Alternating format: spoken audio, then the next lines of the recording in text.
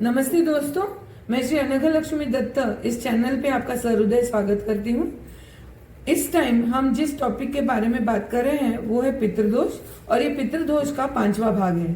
चौथे भाग में हमने ये देखा कि पितरों का जो प्रवास करने का जो रास्ता होता है वो कैसा होता है और उसके क्या नियम है, ये सब के बारे में हमने जानकारी ली और हमें इसीलिए श्राद्ध किस प्रकार से करना जरूरी है। ये सब बातें जानने के बाद हमने एक और महत्वपूर्ण बात उस समय देखी कि कितने प्रकार के पितर होते हैं। तो कुल मिला के 6 प्रकार के पितर होते हैं, जिनमें से 4 प्रकार के जो पितर होते हैं उनका जो आपको मान देना रहता है वो अविधवा नवमी के दिन देना रहता है। बाकी जो होते हैं 2 पितर, उनका जो आप अन्नदान करते हो या उनका मान करते हो, ये आपको या तो पितृ अमावस्या के दिन या तो मातामह श्राद्ध के दिन या तो फिर उनकी तिथि के दिन, जिस प्रकार किस समय पे उनकी मौत हुए इस पर निर्भर करता है। ये सबका डिटेल आपको चौथी भाग में मिल जाएगा। अभी हम देखेंगे कि ये 4 प्रकार के जो पितर हैं जिनका हमें मान देना है वो कौन कौन है। पहला है सुहासिन, दूसरा है कुमार। कुमार कौन होता है? जो 8 साल के ऊपर है लेकिन शादी नहीं हुई, ऐसा जो भी युवक हो वो कुमार में आ जाएगा। फिर कुमारी, जो 8 साल की हो लेकिन उसके बाद भी उसकी शादी नहीं हुई थी और उसके पहले उसकी मौत हो गई, तो ऐसी जो कैटेगरी रहती है उसके लिए हमें लगती है कुमारी। और चौथी कैटेगरी जिसका मान हमको देना है वो माँ के पेट में जो बच्चे मर जाते हैं, या तो अबॉर्शन से मर गए हो या कोई और कारण हो, लेकिन माँ के पेट में गुजर गए हो, तो वो बच्चे, या तो जिनका 8 साल के पहले पहले जिनकी मौत हो गई है, ऐसे बच्चे। तो इन सब का आइए देखते हैं कि हमें कैसी तैयारी करनी है। अभी हम देखते हैं कि हमें जो 4 प्रकार के लोगों के मान करने हैं तो उनकी हमें क्या तैयारी करनी है। तो सबसे पहले देखते हैं सुहासिन। तो सुहासिन की हमें क्या तैयारी करनी है? तो सबसे पहले सुहासिन को लगती है चूड़ी। तो इस प्रकार या तो आप 2 चूड़ी या 4 चूड़ी या 6 चूड़ी आपके हिसाब से आपकी क्षमता अनुसार आप ले सकते हैं। सुहासिन के लिए आपको गजरा लेना है,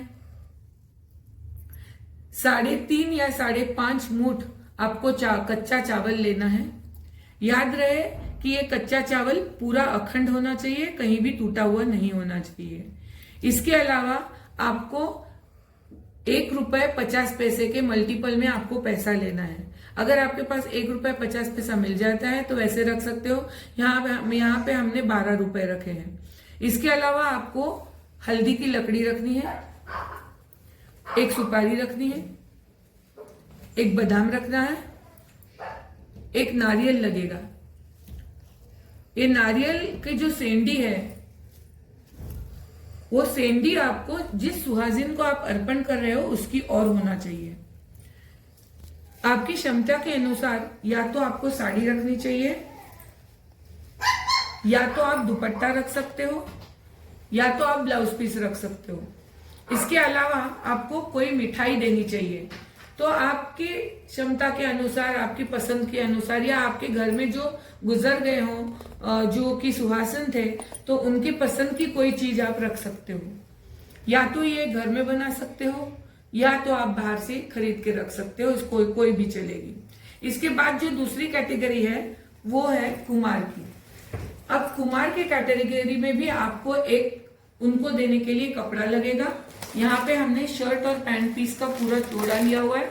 हालांकि यहाँ पे हमने इसको प्लास्टिक से बाहर नहीं निकाला है, लेकिन आपको देते वक्त इसको प्लास्टिक से बाहर भी निकालना है और इसके ऊपर कोई भी प्राइस टैग ना हो, ये भी आपको जरूर देख लेना चाहिए। इसके अलावा उस उम्र में आपको खाने को जो भी पसंद आता हो, ऐसा प्रकार का कोई एक स्नैक। ऐसे ही आपको कुमारिका के लिए भी रखना है। तो कुमारिका के लिए कोई एक कपड़ा जिसमें आप या तो दुपट्टा रख सकते हो, या तो आप उसके लिए किसी प्रकार का फ्रॉक का कपड़ा रख सकते हो, या आप पूरी सिली हुई फ्रॉक रख सकते हो। ऐसा कुछ भी आप उनके लिए ले सकते हो। इसके अलावा खाने के लिए एक स्नैक का पैकेट और फूल, जो फूल वो घर आप बालों में पहन सकती है, इस प्रकार का कोई भी फूल, या तो गुलाब का फूल या तो चंपा का फूल, इस प्रकार का कोई भी फूल या गजरा। चौथा जो कैटेगरी है वो है छोटे बच्चे का। तो माँ के पेट में जो बच्चे गुजर जाते हैं वो, और जो 8 साल के नीचे तक कोई गुजरा हो तो उनके उस उम्र के किसी भी इंसान को आप दे सकते हैं। यहाँ पे हमने एक छोटे बच्चे को बुलाया है, तो इसलिए हमने एक छोटे बच्चे का छोटा कपड़ा लाया हुआ है। इसके ऊपर जो प्राइस टैग है वो आपको इंश्योर करना है कि आप उसको निकाल दो, फिर ही आप उनको देना, क्योंकि ये बच्चे जो होते हैं ज्यादा करके दूध ही पीते हैं, इसलिए आपको एक दूध की थैली देना जरूरी है। इसके अलावा अगर आपने किसी ऐसे लड़के को बुलाया है जो 1 से 8 साल के बीच का हो, तो आप उसको दूध के थैली के अलावा कोई बिस्किट का पैकेट, कैडबरी या ऐसा भी कुछ दे सकते हो। तो अभी हम देखते हैं कि हम इसको सुहासिन को, कुमार को, कुमारिका को और बच्चे को किस तरीके से अर्पण करेंगे। अभी हम देखेंगे कि सुहासिन को हम किस तरीके से मान करने वाले हैं। तो सबसे पहले आपको साड़ी के ऊपर सारी जो चीजें रखी हुई हैं वो रख के नारियल का जो सेंडी है उसको सुहासिन की ओर करना है। अभी आप साड़ी हाथ में उठा लेंगे,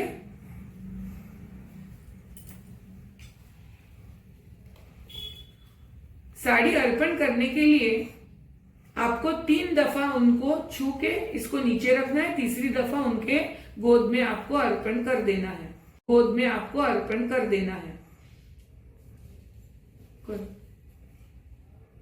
पहले हल्दी कुमकुम लगाएंगे क्योंकि वो सुहासिन है, तो सुहासिन को हल्दी कुमकुम का बहुत महत्व होता है।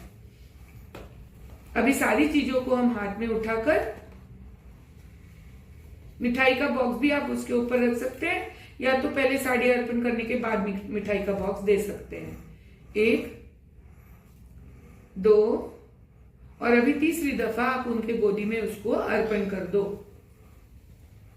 अभी आपको उनको नमस्ते करना है। अभी ये था सुहासिन के बारे में। अभी हम देखेंगे कि हम छोटे बच्चे को कैसे मान देने वाले हैं।